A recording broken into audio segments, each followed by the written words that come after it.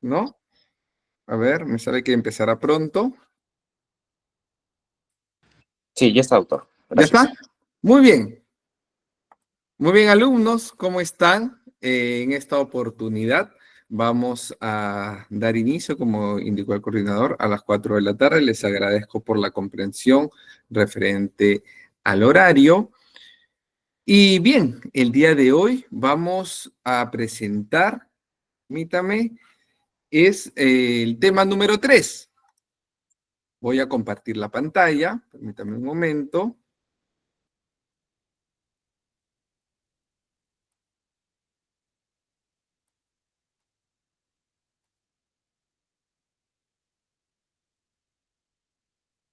Muy bien. ¿Me confirman, por favor, si logran ver mi pantalla? Sí, me pueden confirmar a través del chat, colocando sí, sí se ve. ¿Sí? Ok. Esos deditos arriba me hacen pensar que sí se ve todo bien. Muy bien.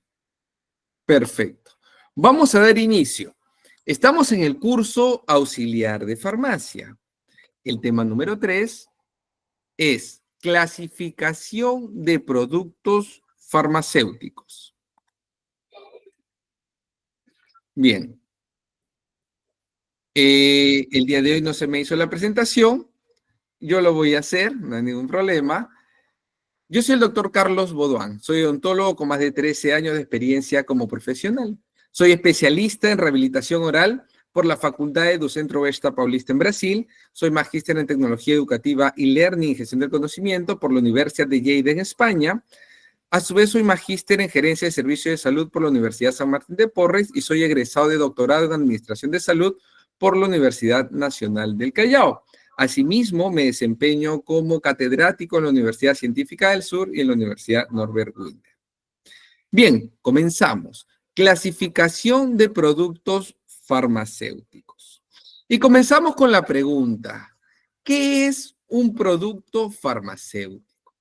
Pues bien, se conoce como un producto farmacéutico a un preparado de composición conocida, rotulado y envasado uniformemente, destinado a ser empleado en la prevención, diagnóstico y tratamiento de una enfermedad, conservación, recuperación y también la rehabilitación de la salud. Estos fármacos tienen una clasificación dependiendo para qué enfermedades se utilizan. Comenzamos con una breve historia de los medicamentos. La farmacología, como ciencia empírica, se inicia cuando en la antigüedad se empleó por primera vez una planta para tratar una dolencia. Dicha práctica se realizaba en todas las culturas de la antigüedad. En el año 3000 a.C., los babilones fueron los primeros en registrar en sus tablones de arcilla las primeras denominadas recetas. Hipócrates describe que el organismo estaba descrito por 4 humores: la sangre, la flema, la bilis negra y la bilis amarilla. Él, Hipócrates, es el primero en citar fármacos, como por ejemplo la escila, el opio, la genciana, beleño, azufre y arsénico, por lo cual a Hipócrates se le denomina el padre de la medicina. Él es Hipócrates, tenemos aquí una ilustración. Vivió aproximadamente en el año 460 antes de Cristo. Bien, los productos farmacéuticos para fines de registro sanitario están comprendidos por medicamentos, productos biológicos, productos médicos, productos dietéticos y edulcorantes. También medicamentos herbarios. ¿Recuerdan ustedes que en la primera clase hablamos sobre algunas hierbas, algunas infusiones? No sé si ustedes recuerdan. ¿sí? Recuerdan que hablamos de algunas hierbas. ¿Cuáles conocen ustedes o cuáles recuerdan? ¿Qué hierbas medicinales conocen o recuerdan ustedes? ¿Recuerdan que hablamos en la primera clase? A ver, ¿quién me puede indicar? La clase es importante que sea interactiva. A ver, ¿quién me puede indicar sobre alguna hierba medicinal? Así como, por ejemplo, el anís. A ver, Eucari, la manzanilla. Muy bien, Eucari. ¿Cuál otra conoce? Miriam, el ajo. Muy bien. ¿Cuál más? Adriana nos indica la menta. Hilary nos indica el eucalipto. Muy bien. Y me gustaría que ustedes me indiquen, por ejemplo, a ver, hemos mencionado la manzanilla, el ajo, el eucalipto, la menta. Eucaricia también, el anís estrellado y la hierbabuena. Me gustaría, muy bien, mira, la verbena también. Me gustaría que me digan, por ejemplo, ¿no? La muña para el dolor de estómago. Me gustaría que me digan así, ¿sí? La menta también para el dolor de estómago, ¿no? Por ejemplo, el orégano para las flatulencias. A ver, ¿qué conocimientos tienen ustedes? Eso me gustaría saber, los conocimientos previos. ¿Quién me podría decir? No pasa nada si nos equivocamos, estamos aquí para aprender. A ver, ¿quién me podría decir la hierba medicinal y para qué se utiliza?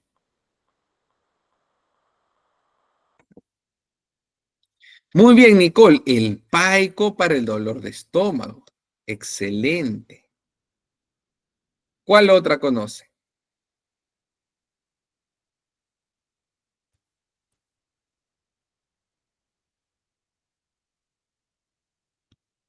¿Cuál otra conocen? A ver.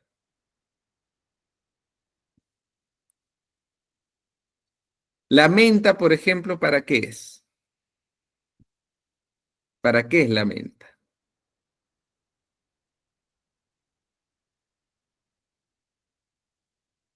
Hierba Luisa para la digestión. Excelente, excelente. Muy bien. Y por ejemplo, eh, vamos a ver, la hoja de coca, ¿para qué sería?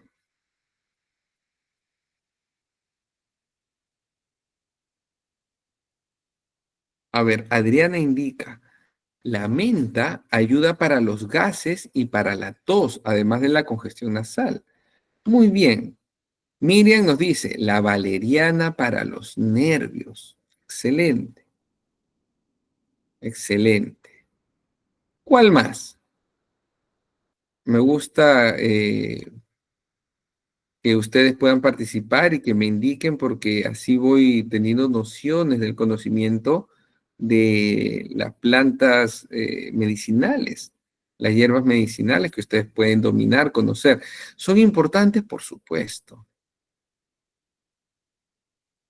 Son importantes. A ver, Mari nos dice Panty para la gripe. ¿Cuál es esa? A ver, ¿nos podría dar más detalle? Panty. No la he escuchado. No la he escuchado. Por ejemplo, ¿qué utilidad le dan ustedes a ver a la sábila? ¿Qué utilidad le dan ustedes?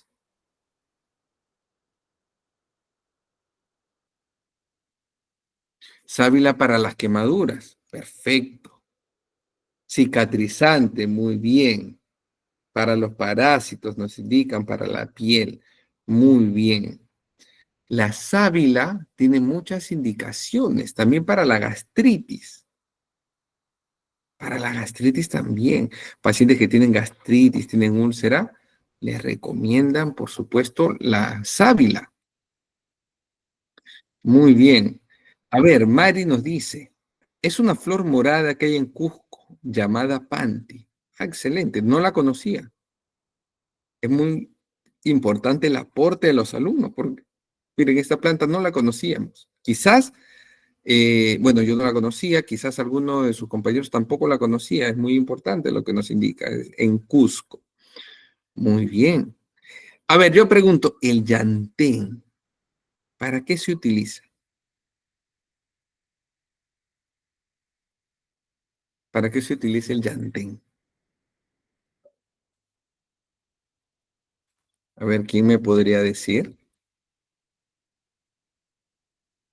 ¿Para qué se utiliza el llantén?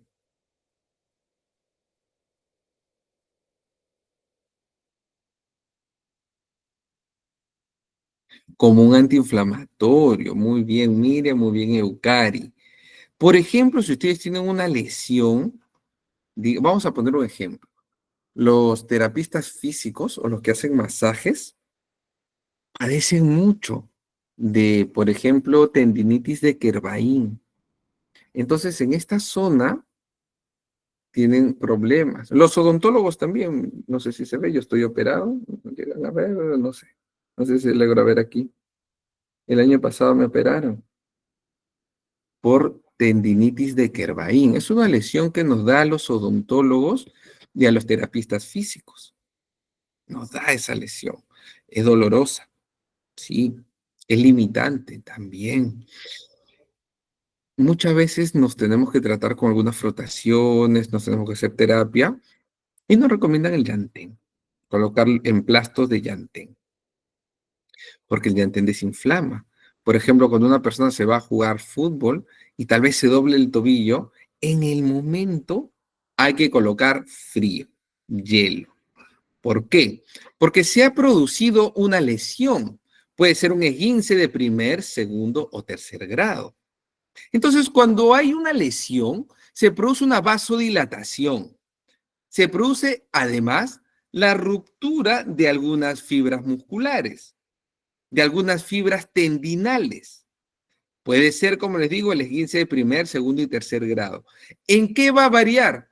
Va a variar en la zona y va a variar en el grado de la lesión. Entonces, se inflama la zona. Cuando se inflama, se produce una extravasación de fluidos y también se produce una vasodilatación. Por eso la zona quema, por eso la zona duele, quema y se siente pues abultada, se siente inflamada. En ese caso, por ejemplo, supongamos que jugando fútbol nos hemos torcido el tobillo. ¿Qué se hace en ese momento? Si vemos que la persona puede caminar, quizás es un esguince de primer grado, tiene dificultad. Pero si es limitante y no puede caminar, probablemente es un esguince de tercer grado. ¿Qué hacer? En ese momento colocarle hielo y luego acudir a emergencia. ¿Por qué? Sabemos que el hielo es un anestésico y es un vasoconstrictor. En el momento de la lesión del esguince se produce extravasación de fluidos y se produce además, que es lo que habíamos mencionado hace un momento, vasodilatación. Por esa razón sienten que late, sienten que quema y que duele. Entonces el hielo funciona y hace las veces de un analgésico, anestésico y también produce vasoconstricción. Luego, si el esguince es muy grave, de tercer grado, a la persona la tienen que enyesar. Y algunos me preguntarán, doctor, pero si no se ha fracturado un hueso, el yeso probablemente es para el hueso, me van a preguntar. No siempre, no siempre. Las lesiones tendinales se tratan con yeso, con ferulización. ¿Y cuál es la forma más sencilla de ferulizar y que tiene mejores resultados? Es la bota de yeso. Ahí le deben colocar antiinflamatorio por vía intramuscular, luego por vía endovenosa, porque recuerden que la inflamación tiene una cascada y esta cascada dura 72 horas. ¿Qué quiere decir?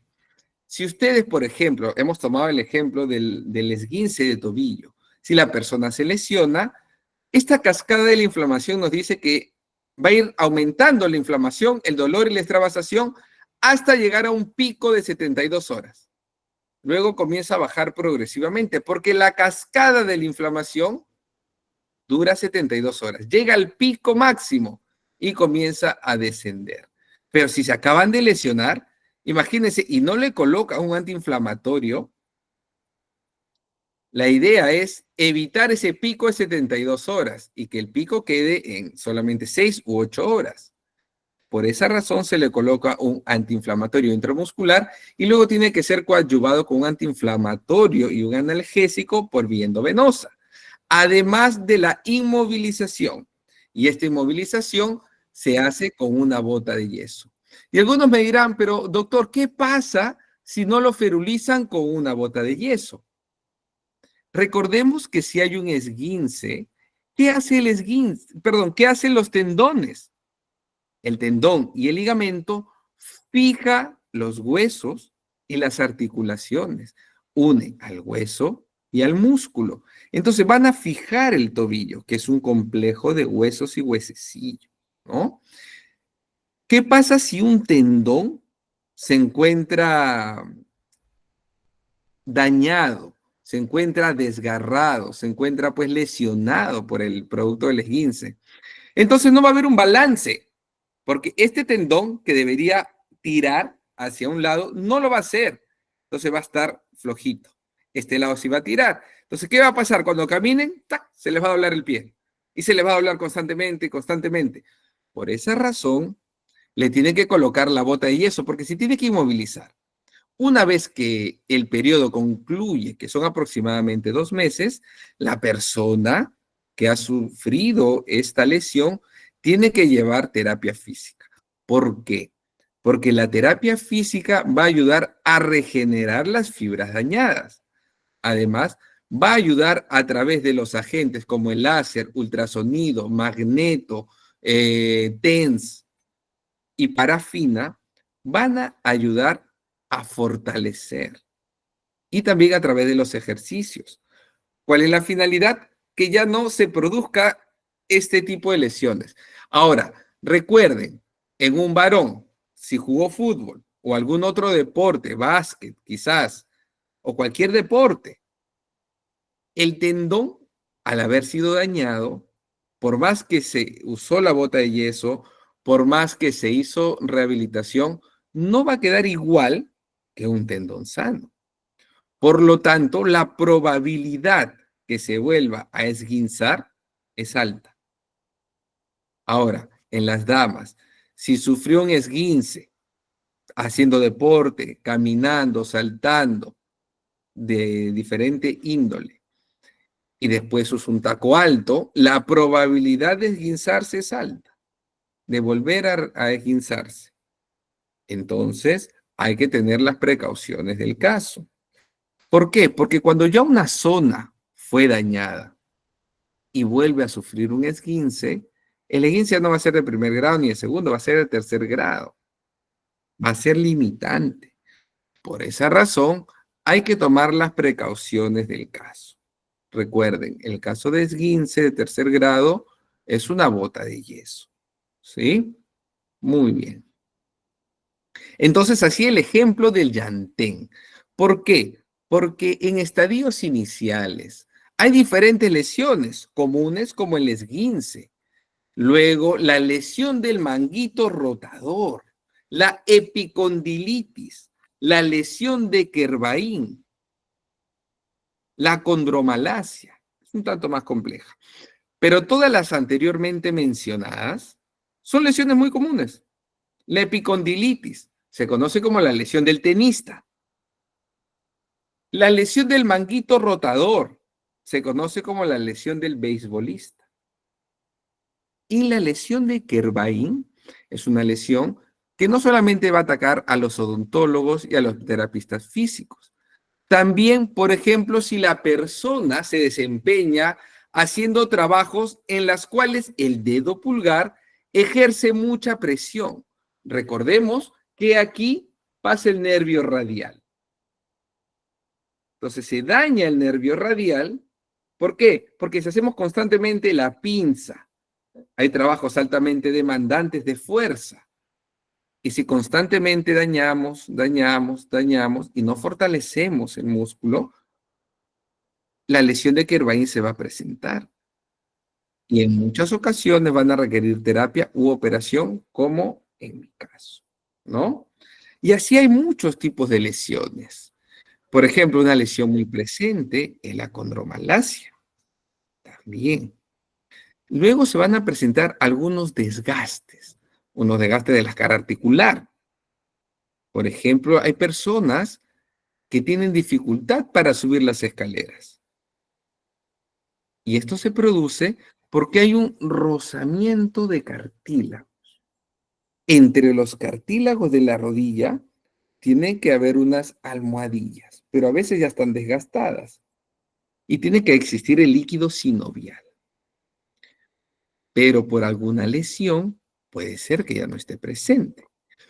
Por esa razón, hoy en día se coloca ácido hialurónico, que sirve nuevamente para evitar el desgaste articular. Esa es la finalidad, ¿no? Y así hay muchas lesiones. Entonces, estábamos hablando también de la sábila.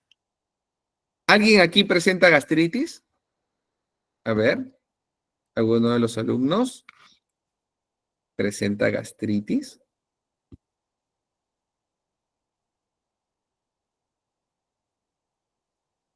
Quizás úlcera.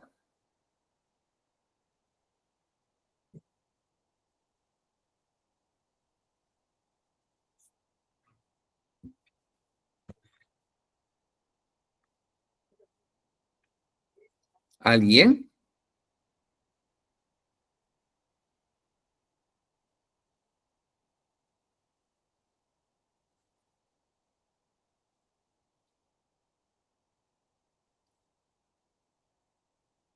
A ver. La lesión de gastritis, la enfermedad de la gastritis, es muy común y se puede presentar por varios motivos. Uno de ellos es por descuido, ¿no? ¿Por qué? Porque a veces no comemos a nuestras horas. O ustedes siempre comen a su hora. Ustedes siempre comen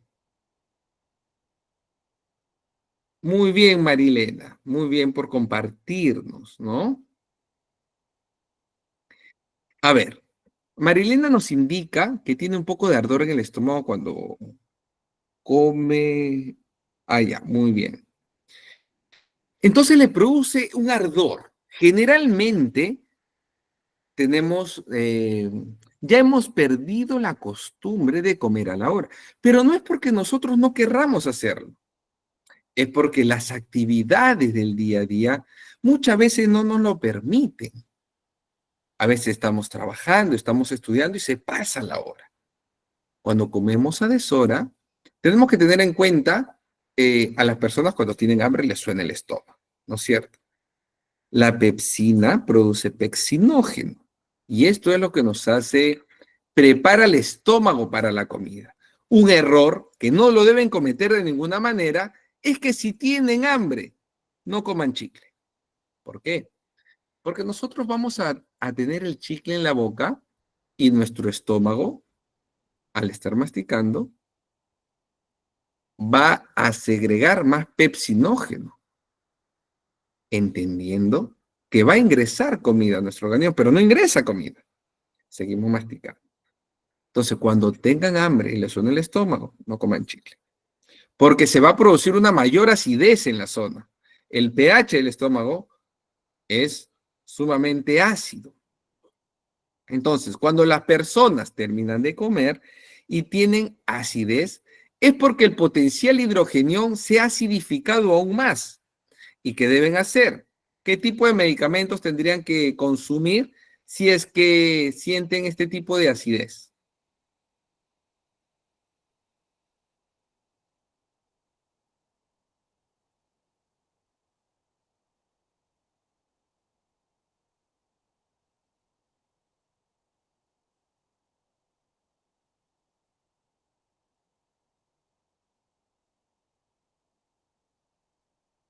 A ver,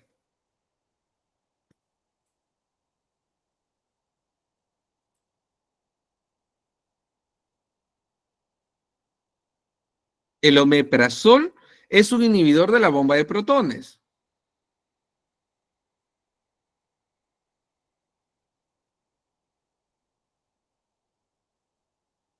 Miren, cuando nosotros presentamos acidez, es porque se está acidificando más. Entonces, si está aumentando la acidez estomacal, tendremos que tomar un antiácido. ¿Y cuál es la función del antiácido? Es un regulador del potencial hidrogenión. Si la acidez estomacal ha aumentado, tenemos que ayudar con un antiácido. Entonces, el antiácido, los bismutos, peptobismutos, lo encontramos como bismutol, acitib, milanta. Hay diferentes marcas. ¿Qué es lo que hace? El hidróxido de magnesio, por supuesto, funciona como un potencial hidrogenión. Quiere decir que regula el pH.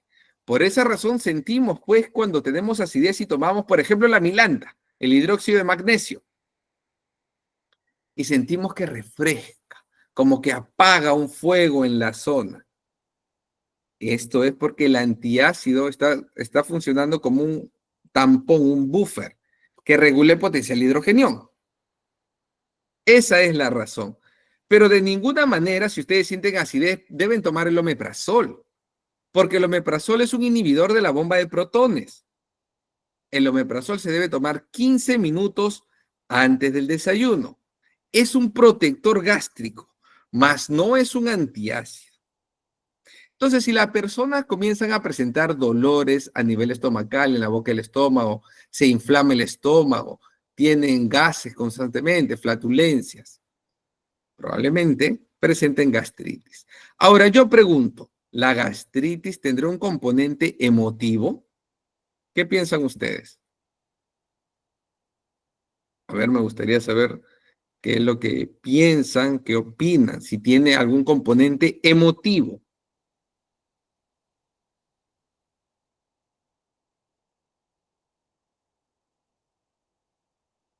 Muy bien, Fanny. Sí, muy bien, Lauren. Por supuesto que tiene un componente emotivo. Por supuesto que sí, tiene un componente emotivo. Claro, supongamos que nosotros estamos a punto de rendir un examen muy importante. ¿No sienten una molestia en el estómago? Claro. O por ejemplo, cuando niños estábamos en el colegio y nos habíamos portado mal y nos habían anotado en el cuaderno de control y teníamos que presentarle a la mamá, sentíamos una molestia en el estómago, ¿no? Entonces es emotivo. Ahora, supongamos que en el trabajo tienen que presentar algo muy importante o son semanas intensas, también se siente alguna molestia a nivel estomacal. Eso quiere decir que la gastritis tiene un componente emotivo. Pero por supuesto la gastritis también tiene un componente bacterial. Y tenemos que tener presente el Helicobacter pylori. Ahora, el Helicobacter pylori es muy presente, va a estar muy presente. Ahora, ¿cómo lo podemos evitar? Cuando ustedes vayan a comer menú, su rico menú, y les sirvan ensalada, evítenla.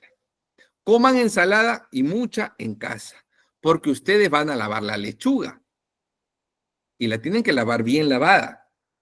Pero no digo en todos, pero quizás en la mayoría de restaurantes no lavan la lechuga de manera adecuada. Y es ahí donde se produce el contagio del Helicobacter pylori, en la lechuga, en la ensalada.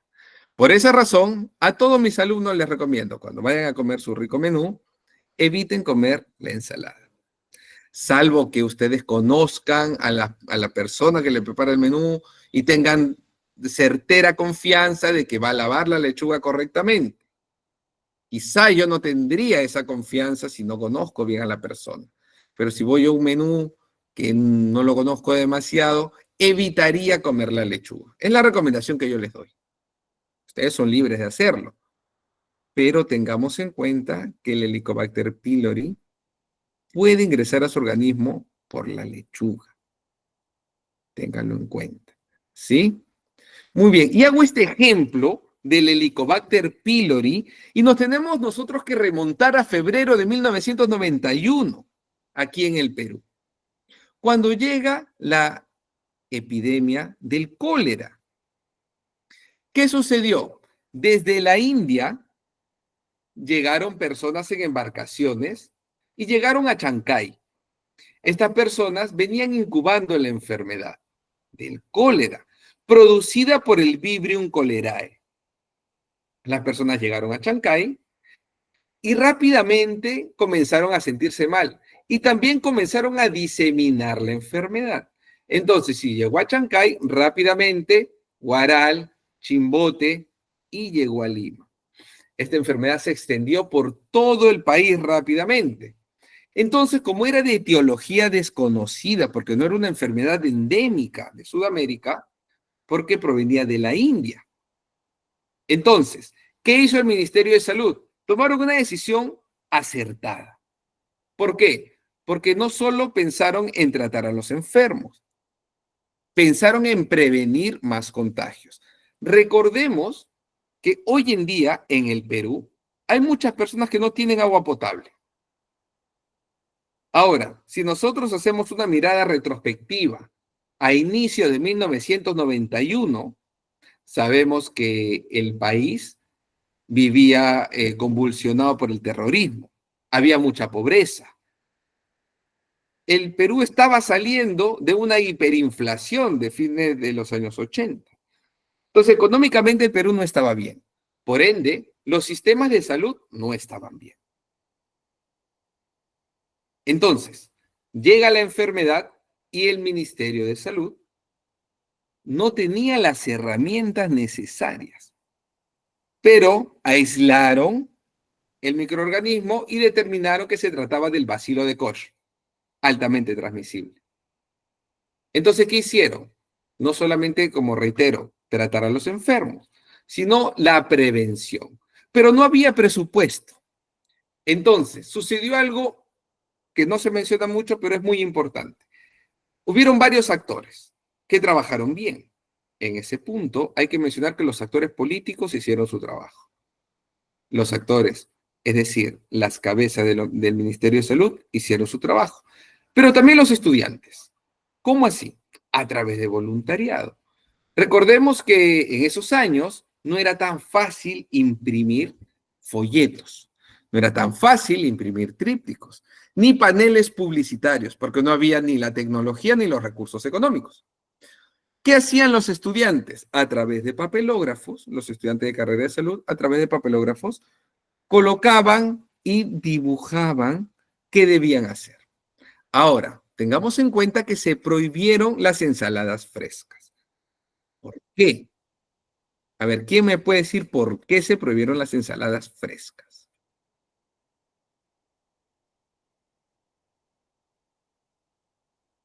A ver,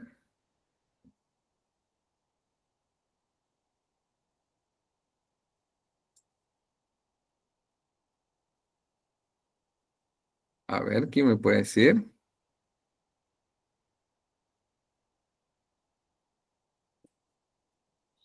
Mire, las ensaladas frescas se prohibieron. Muy bien, Flor. Muy bien. Marilena se manipula. Claro. A ver, ¿qué sucedía en ese momento? A ver, mire, muy bien, porque había contagio. Hoy en día se riega en muchos lugares con aguas negras, aguas hervidas. Entonces, cuando llega la epidemia a inicio de 1991, se regaba con aguas hervidas, con aguas negras.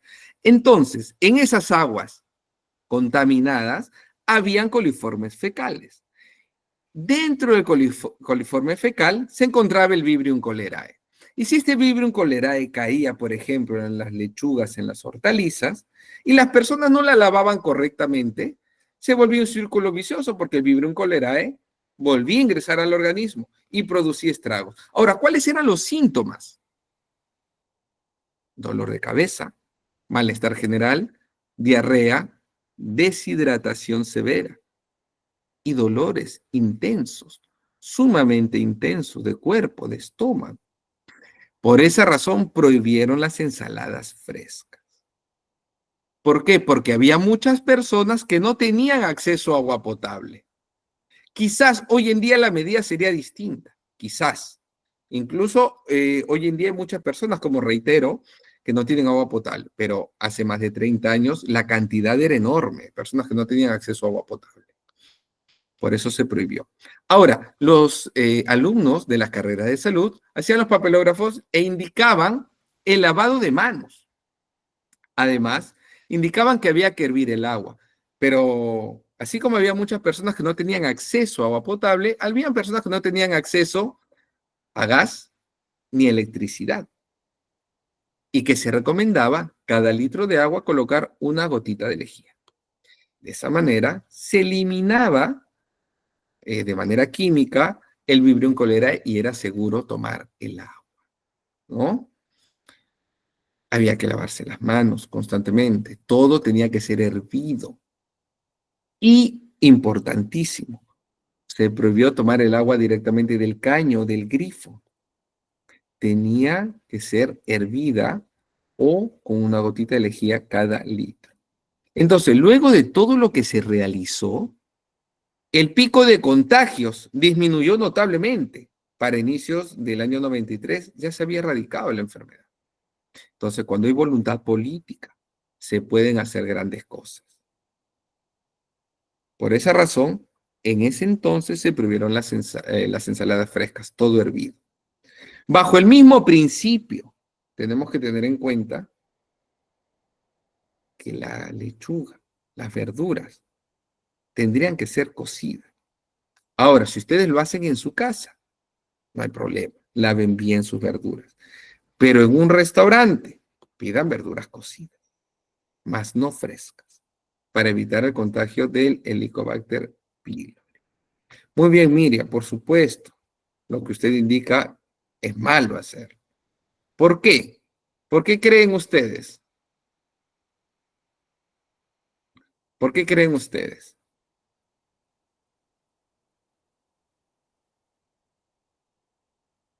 Porque recuerden, el agua es vida.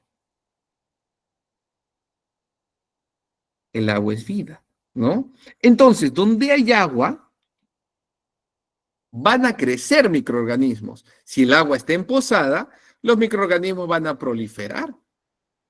Diferente si el agua corre. Si el agua corre, la proliferación va a ser más lenta, no se va a poder colonizar, ¿no? Porque está corriendo el agua. Pero el agua empozada, rápidamente, bacterias. Por eso, si ustedes ven, cuando hay agua empozada, huele mal, ¿no? ¿Y por qué creen que es este olor? A ver, me va respondiendo mientras me voy a servir agua.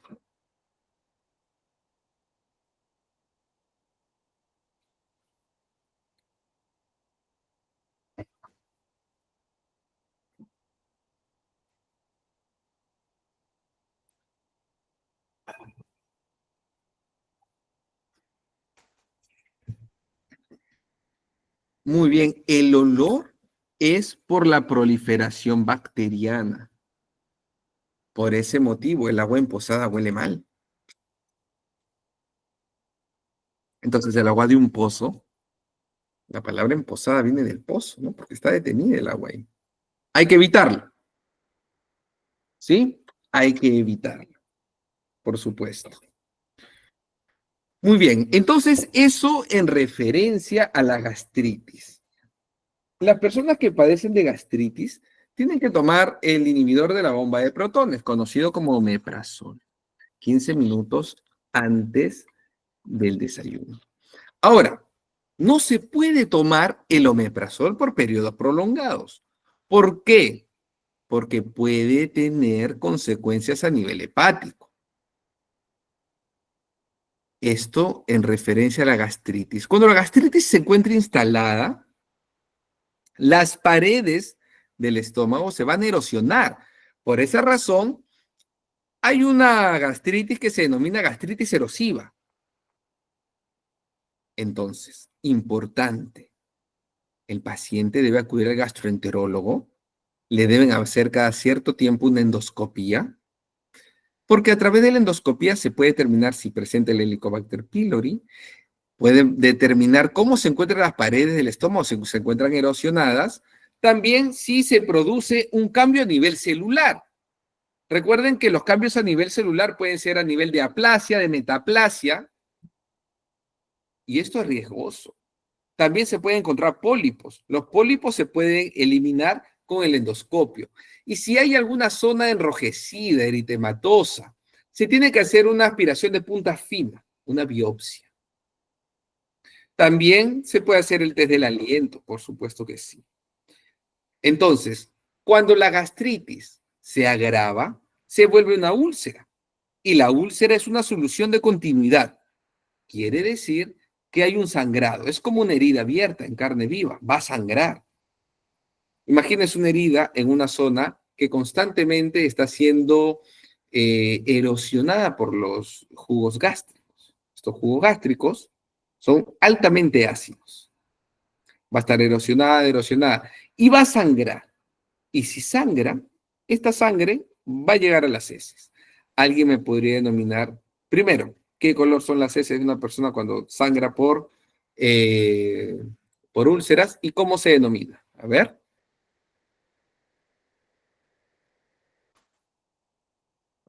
Muy bien, Lauren, es oscura, es negra.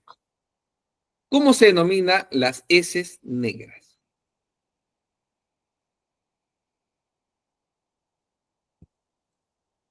Muy bien, Eucari, marrón oscuro. ¿Cómo se denomina?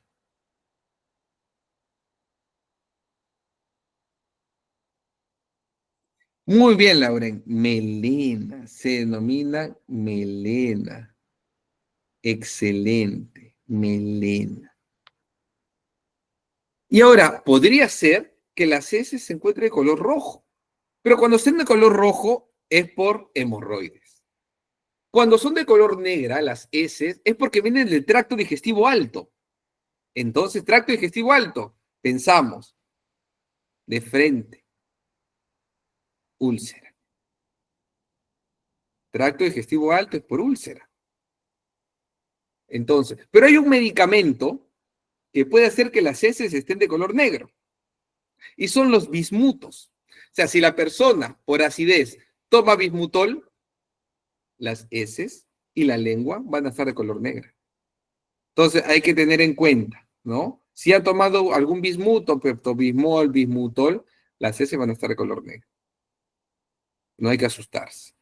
Ahora, si no ha tomado el bismuto, o el peptobismol, o toda su gama de nombres comerciales, y las heces están de color negras, hay que preocuparse. Recuerden que este sangrado puede producir anemia en la persona. Es peligroso, por supuesto. En este caso, el medicamento ranitidina es un antiulceroso, es un cicatrizador de úlcera.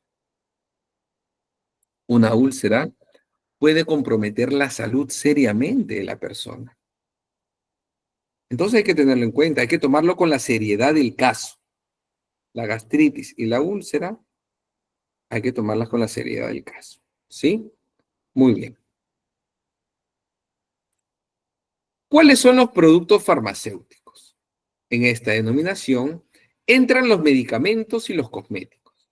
Ambos constituyen categorías muy amplias en las que podemos encontrar muy distintos artículos. Sin embargo, todas sus variantes forman parte de los productos que se pueden encontrar en un establecimiento farmacéutico. Respecto a los medicamentos, en esta categoría entra toda sustancia medicinal que cumpla determinadas funciones. Estas pueden ser prevenir, tratar, diagnosticar, aliviar, paliar o curar enfermedades.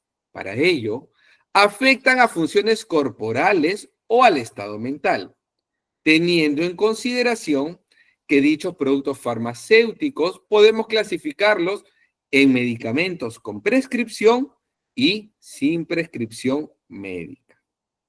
Tenemos, por ejemplo, medicamentos denominados over the counter, como el acetaminofén o el denominado Tylenol para el mercado anglosajón. En el caso del paracetamol, sabemos que es un analgésico y es un antipirético. Las consideraciones y efectos secundarios no tiene un efecto antiinflamatorio, tampoco antiagregante plaquetario. No presenta en el paciente que lo consume erosiones gástricas o úlceras gastrointestinales, pero sí va a producir un riesgo de hepatotoxicidad. A dosis terapéuticas es bastante seguro. Tenemos ahora el ibuprofeno, que es un derivado del ácido propiónico y es un inhibidor no selectivo de la ciclooxigenasa. A su vez, inhibe la adherencia y la agregación de neutrófilos. Sabemos que a dosis alta disminuye la producción de citocinas y la liberación de enzimas lisosomales. Es un analgésico, antiinflamatorio y además es un antipirético. Se dice que es un antiagregante plaquetario reversible. Este tipo de medicamentos, a veces la paciente me dice, doctor, cuando tomo ibuprofeno me duele el estómago. Es porque acelera y aumenta el riesgo de úlcera péptica y también es nefrotóxico. Tenemos el ácido acetilsalicílico, que es un analgésico, antiinflamatorio y antipirético. Este medicamento sí tiene un efecto antiagregante plaquetario prolongado, de 6 a 7 días. Entonces, en algunas ocasiones llega algún paciente que toma la aspirina, el ácido acetilsalicílico. Y para hacerle alguna intervención quirúrgica se le pregunta, señor, ¿usted está tomando el ácido acetilsalicílico? Y si le dicen sí, ok, no se le puede hacer la cirugía en este momento. De lo contrario, tendría una hemorragia porque es un antiagregante plaquetario. Por esa razón, lo debe suspender por 10 días como medida de precaución para poder realizarle una cirugía. Tenemos ahora el diclofenaco. Es un analgésico, antiinflamatorio y antipirético. Va a producir un riesgo de sangrado gástrico, es decir, va a producir un riesgo de úlcera gástrica y tiene un efecto espasmolítico. Tenemos también el naproxeno sódico, cuyo efecto es analgésico, antiinflamatorio y antipirético. Va a tener un alto riesgo de úlcera péptica, perforación o hemorragia gastrointestinal, dolor epigástrico, cefalea, náuseas, vómitos, diarrea, constipación y dispepsia. Entonces, las personas que consumen el naproxeno o el denominado Apronax como nombre comercial van a sentir algunos dolores de estómago. Por esa razón, se va a recomendar siempre que lo consuman después de las comidas. Tenemos algunos diuréticos, por ejemplo, como en este caso, podemos apreciar la furosemida. Antidiarreicos como el loperamida. Antiguamente se vendían en presentaciones como el Donafan o Donalab, pero hoy en día ya no se venden. ¿Por qué? Porque las personas que tenían problema diarreico y tomaban este tipo de medicamentos que afectaban directamente al esfínter medio. Entonces, ¿qué sucedía? La persona no podía ir al baño por 2, 3, hasta 4 días. Producía constipación. Por esa razón, ya no se vende. Ahora, tenemos laxantes, como el Glicolax en su nombre comercial, o el Polinthienglicol 3350 como nombre genérico. En el caso de los laxantes, lo que van a hacer es aumentar la peristalsis, aumentan el movimiento peristáltico, por lo cual la persona va a sentir las ganas y la necesidad de acudir al baño, ¿no? Por aumento de la peristalsis. Como hemos hablado, los medicamentos antiácidos, como los bismutos o los peptobismutos, ¿qué es lo que hacen? Recuerden, cuando ustedes consumen algún tipo de medicamentos o espontáneamente sienten acidez, es porque se está acidificando el medio gastrointestinal. Entonces, ustedes lo que tienen que consumir es un medicamento que sirve como buffer o tampón y que regula el potencial hidrogenión. Y ese es el efecto del acidor, lamilante, hidróxido de magnesio, hidróxido de aluminio. Disminuye el potencial hidrogenión. Por eso sienten un alivio. Tenemos los antieméticos como la metoclopramida, ¿no? Es un excelente medicamento que se tiene que consumir 15 minutos antes del almuerzo. Otro antiemético muy conocido por ustedes debe ser el Gravol. Este medicamento se emplea cuando la persona se encuentra con mareos, ¿no? Es el Gravol, también es un antiemético. Su nombre, pues, genérico es el dimenidrato. Tenemos alguna clasificación de los antieméticos. Por ejemplo, tenemos los antihistamínicos. Para eso vamos a tener algunos como la clorfenamina, vamos a tener, por ejemplo, la loratadina, cetiricina, levocetiricina, desloratadina, claritine, clorfenamina, cloroalergán y muchos otros que quizás se me escapan en este momento. Tenemos las fenotiacinas, principalmente la clorpromacina, ¿no? Los esteroides tenemos la dexametasona, hidrocortisona y todos ellos. Anticolinérgicos. ¿Qué quiere decir el anticolinérgico? Este prefijo anti es que va a evitar la colinergia. ¿Qué quiere decir? Los cólicos estomacales, como por ejemplo la escopolamina. Ustedes lo deben conocer quizás como el Plidan. Ahora existe un medicamento mucho mejor que se denomina Plidolan o espasmoantalgina. Lo compuesto es a ver, permítame que se me va de la mente. Ok, es el metamizol, ¿no? Este medicamento, que es el bromuro más el metamizol, va a calmar rápidamente los cólicos estomacales, ¿no? Que es iosina bromuro más metamizol, recordé el nombre completo. Y tenemos también las butirofenonas, como el haloperidol y la domperidona. Hemos mencionado también los inhibidores del ácido, como el omeprazol, que en este caso es un inhibidor de la bomba de protones. Hemos mencionado que se debe consumir 15 minutos antes del desayuno. Y el tiempo máximo que se debe tomar es por un mes. Recuerden que este medicamento va a producir un daño hepático. Entonces, no se debe tomar por un periodo tan prolongado. Hay personas que lo toman todos los días durante un año. Entonces, efectivamente, les va a causar un alivio a nivel estomacal, pero a nivel hepático les va a producir diversas patologías. Tenemos los medicamentos expectorantes. Tenemos que tener en cuenta que hay dos tipos: el expectorante y el antitusígeno. Y me preguntarán, doctor, ¿cuál es la diferencia entre el expectorante y el antitusígeno? Primero, cuando tenemos algún tipo de dolor de garganta y comenzamos a toser y es una tos seca, en ese caso, la persona debe tomar y consumir un antitusígeno. Por ejemplo, el cefabroncol, ¿no? Que viene a ser la cefalexina más el ambroxol. Esto es en caso de tos seca, antitusígeno.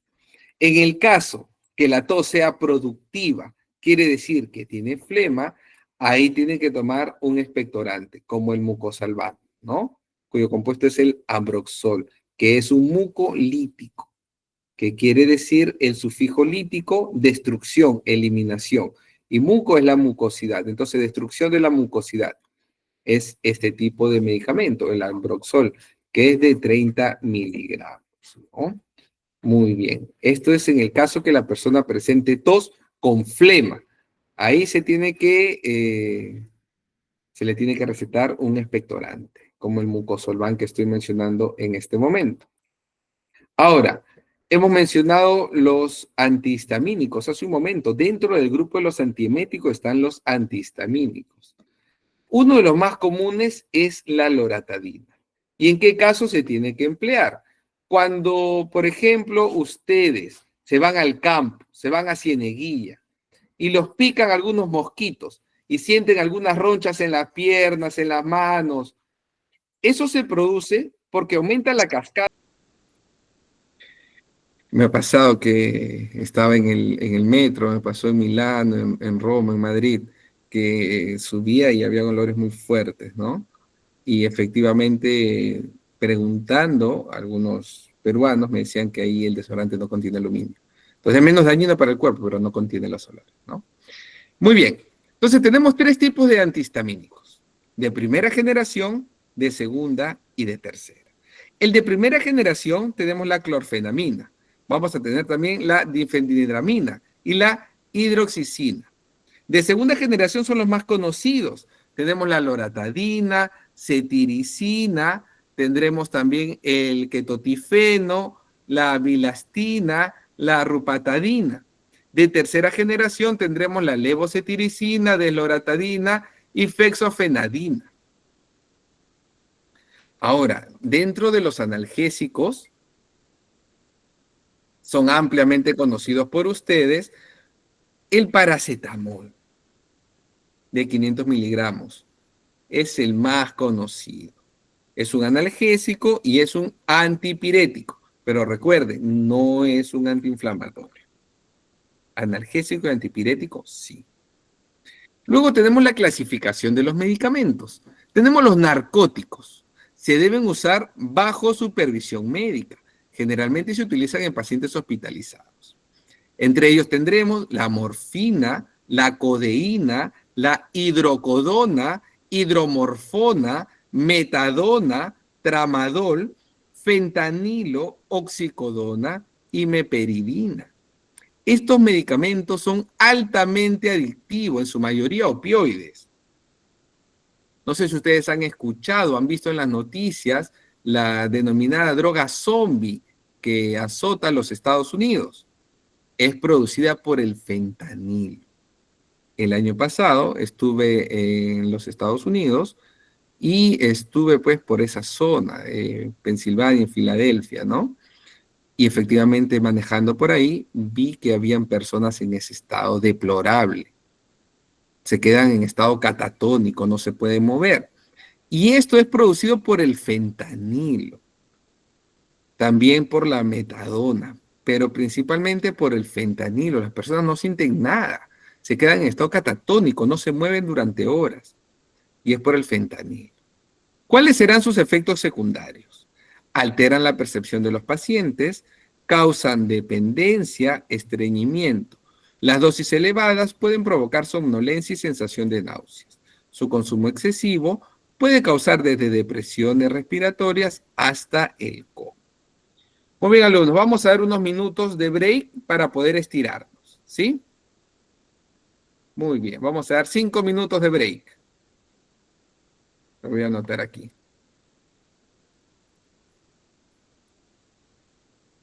Muy bien.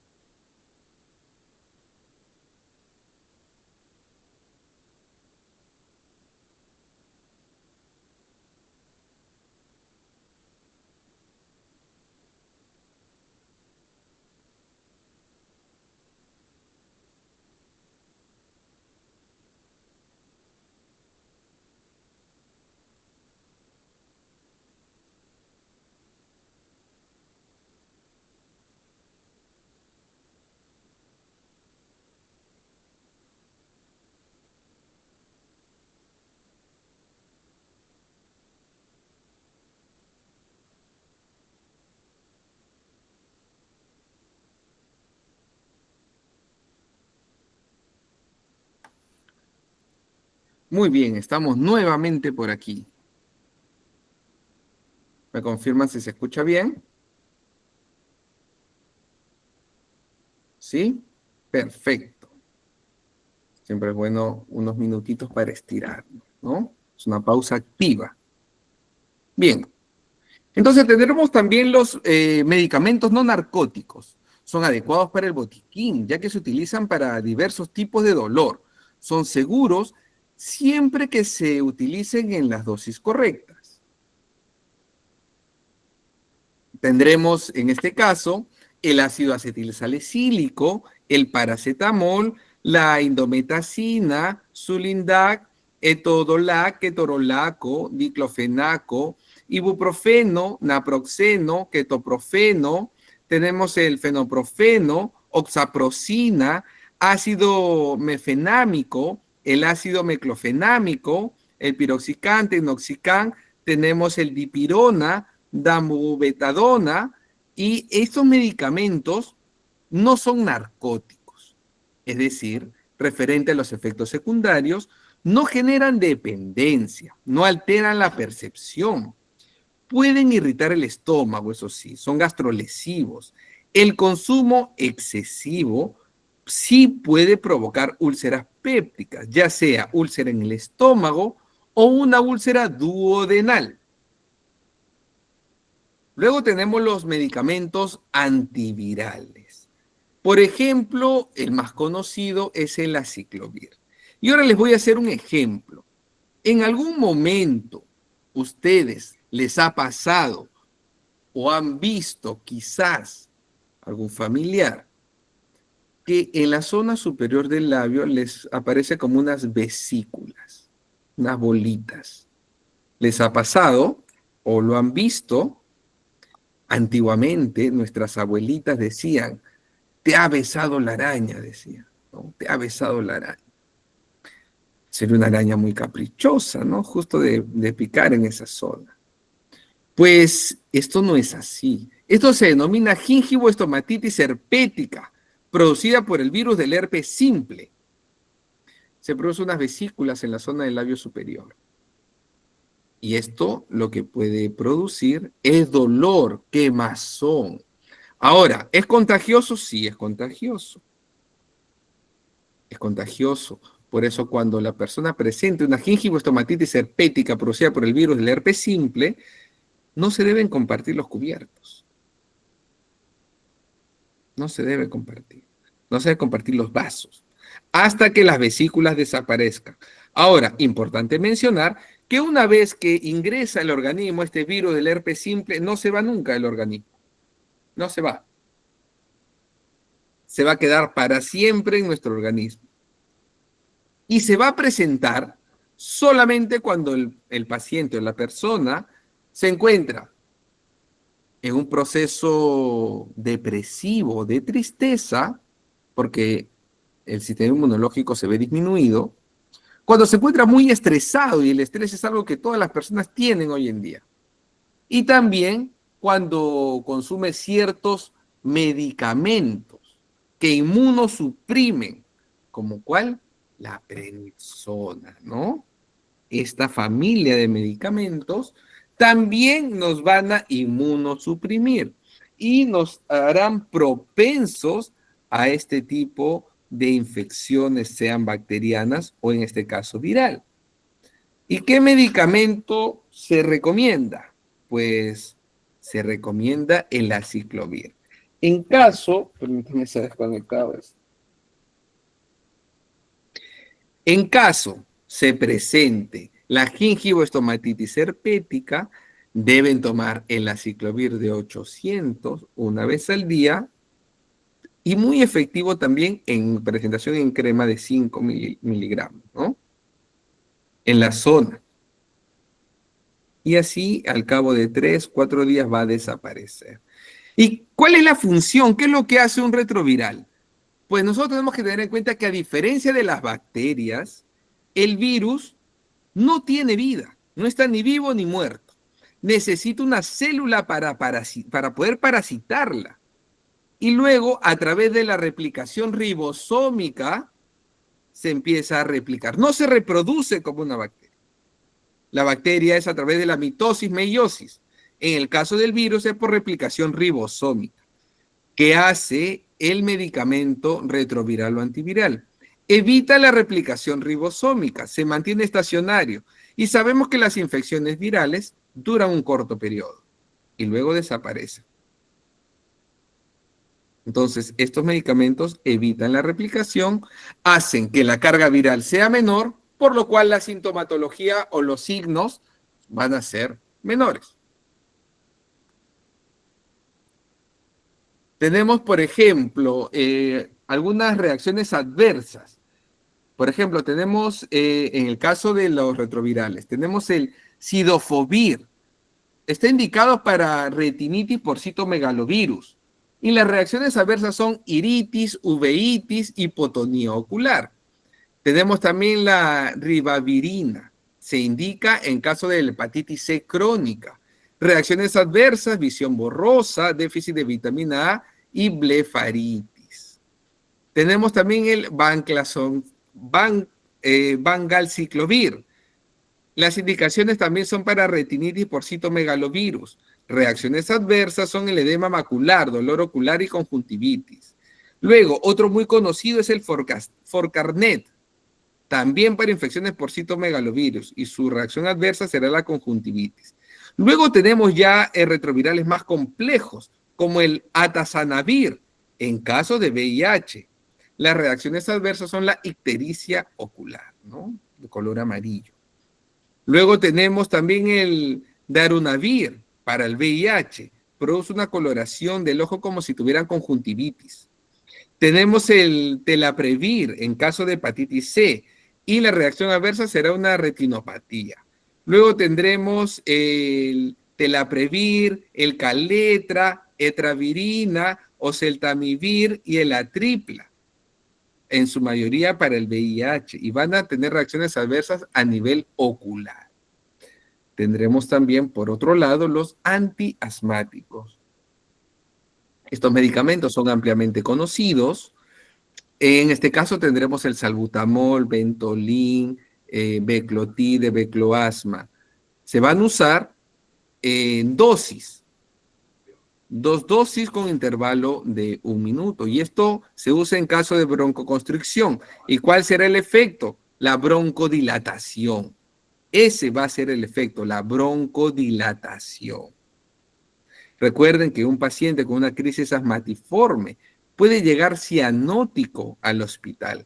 Y la cianosis es peligrosa porque puede producir la muerte. Los pacientes que llegan cianóticos tienen las uñas moradas, labios morados.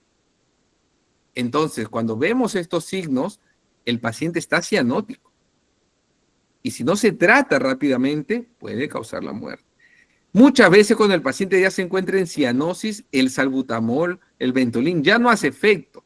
Y se tiene que colocar broncodilatador, algún medicamento por vía endovenosa.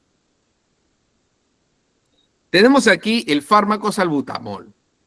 La dosis generalmente es en una crisis leve de 2 a 4 PAF. Luego tenemos una crisis moderada de 4 a 8 PAF. Y en una crisis grave de 8 a 10 PAF. Pasando esto, tiene que ir rápidamente al centro hospitalario. Luego tenemos la terbutalina. En caso de crisis leves, 1 a 2 inhalaciones. Crisis moderada y grave no es recomendado. La prednisona o la prednisolona. Tenemos en presentación oral, intramuscular e intravenoso. Este corticoides actúa rápidamente en caso de un broncoespasmo, una crisis asmatiforme severa. Luego tenemos el bromuro dipatropio. Solamente se utiliza en casos graves el bromuro dipatropio. No es en casos iniciales.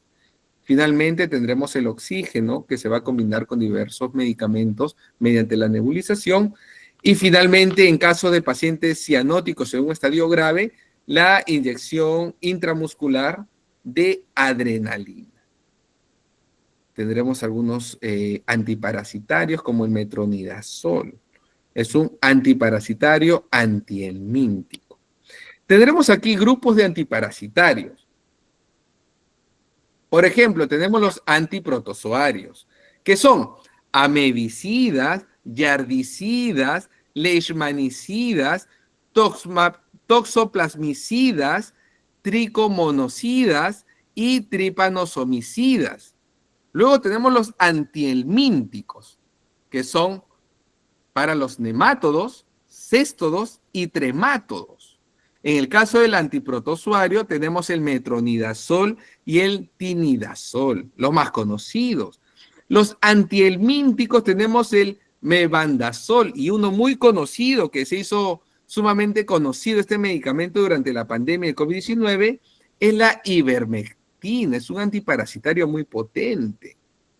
Luego tenemos los ectoparásitos, por ejemplo el acaril. ¿Para qué tipo de parásitos? En el caso de los ácaros, son ectoparásitos. Luego tenemos los medicamentos antidiabéticos, como la metformina clorhidrato de 850 miligramos. Este medicamento es un antihiperglicémico. Y aquí pregunto, alumnos, ¿cuáles serán las 3P del diabético? ¿Recuerdan ustedes? Las 3P del diabético.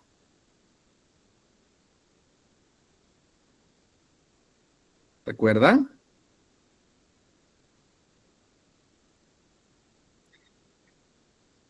Polidipsia, polifagia, poliuria y pérdida de peso. Esas son las P del diabético. Importante conocerlas, ¿no? Las P del diabético. Muy bien. Entonces, recordemos, polidipsia, polifagia, poliuria y pérdida de peso. Entonces, el medicamento que van a tomar los pacientes diabéticos son los antihiperglicémicos, como la metformina clorhidrato de 850, que es lo que se tiene que evitar las heridas a nivel periférico, porque puede producir una lesión de pie diabético. Tenemos que tener en cuenta ello. También pueden tener problemas a nivel de la vista y también problemas renales. Tenemos medicamento antihipertensivo, como el captopril. El captopril viene en una presentación sublingual. A diferencia de la vía oral, la vía sublingual va a actuar de 3 a 5 minutos, a diferencia de la vía oral, cuya absorción y distribución se va a dar de 20 a 40 minutos. ¿Por qué? Por el fenómeno del primer paso hepático.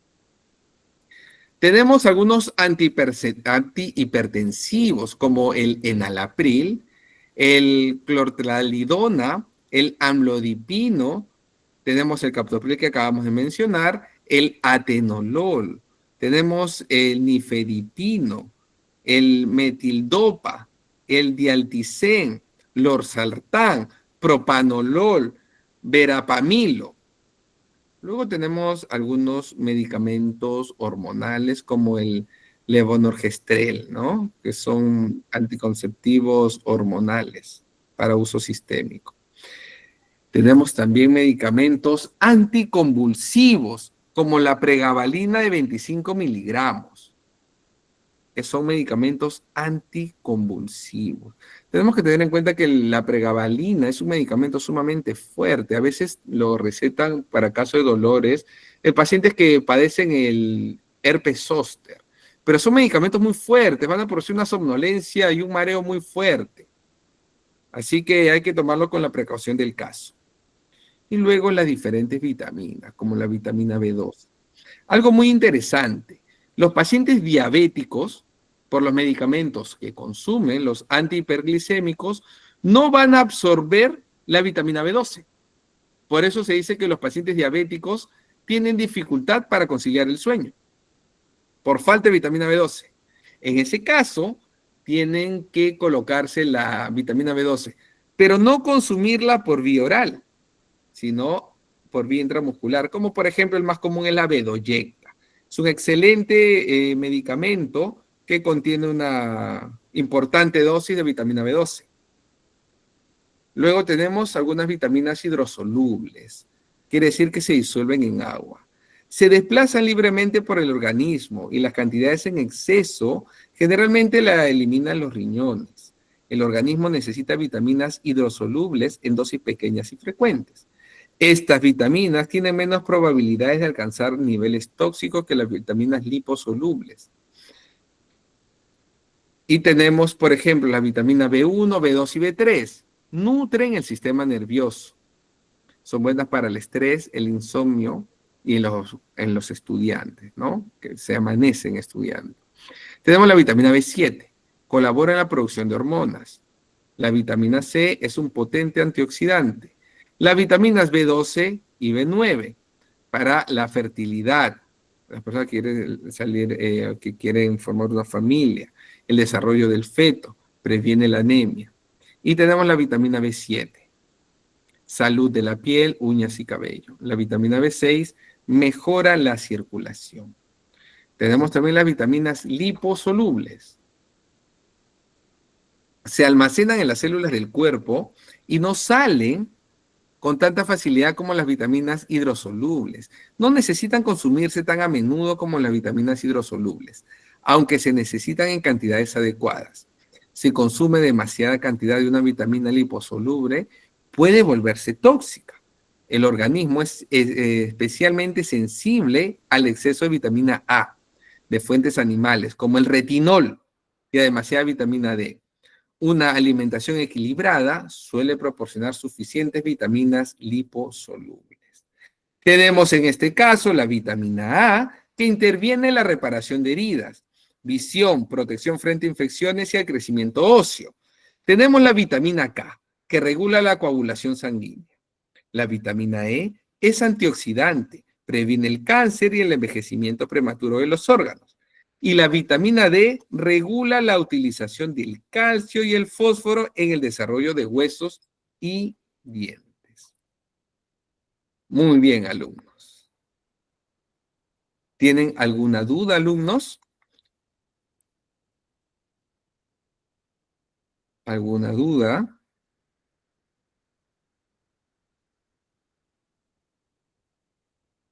Muy bien, hemos visto el día de hoy la importancia de las vitaminas. Hemos visto posología de algunos medicamentos. Sabemos, pues, en qué casos se tiene que emplear un retroviral, en qué casos se tiene que emplear un antihistamínico, cuál es la utilidad del antihistamínico. Hemos hablado de la loratadina, cetiricina, levocetiricina, desloratadina, claritine, clorfenamina, cloroalergán, entre otros.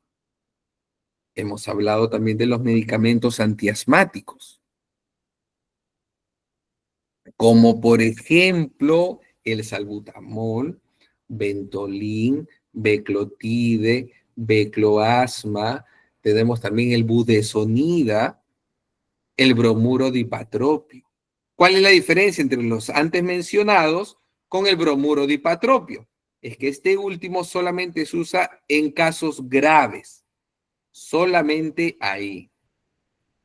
Luego hemos mencionado las P del diabético, que son polidipsia, polifagia, poliuria y pérdida de peso. ¿Cuál es el antihiperglicémico más común? Es la metformina clorhidrato de 850. Recordemos que este medicamento va a producir hiperplasia gingival.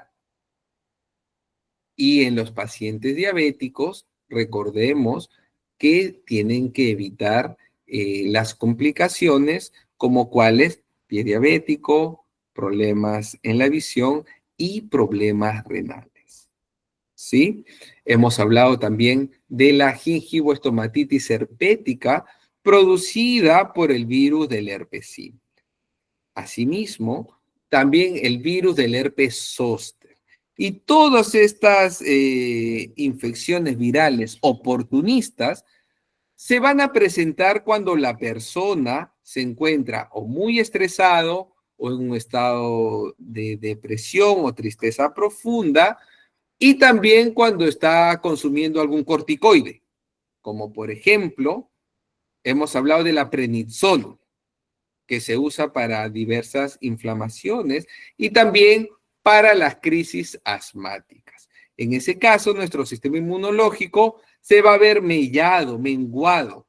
Por esa razón es que estas infecciones virales oportunistas se van a presentar. ¿Sí? Entonces, hemos tocado todos estos temas y al inicio también hablamos de algunas plantas medicinales, hemos hablado sobre las lesiones, lesiones tendinales, lesiones ligamentarias, de esguince, tipo de esguince 1, 2 y 3. Hemos hablado de problemas gastroesofágicos, problemas de úlcera y todos estos temas. ¿Sí? Muy bien, alumnos. Entonces, ha sido una clase muy rica en información. La clase queda grabada y ahora le doy pase pues al coordinador. Le doy pase al coordinador. Conmigo será Sí. hasta el día jueves. ¿Sí? Adelante, coordinador.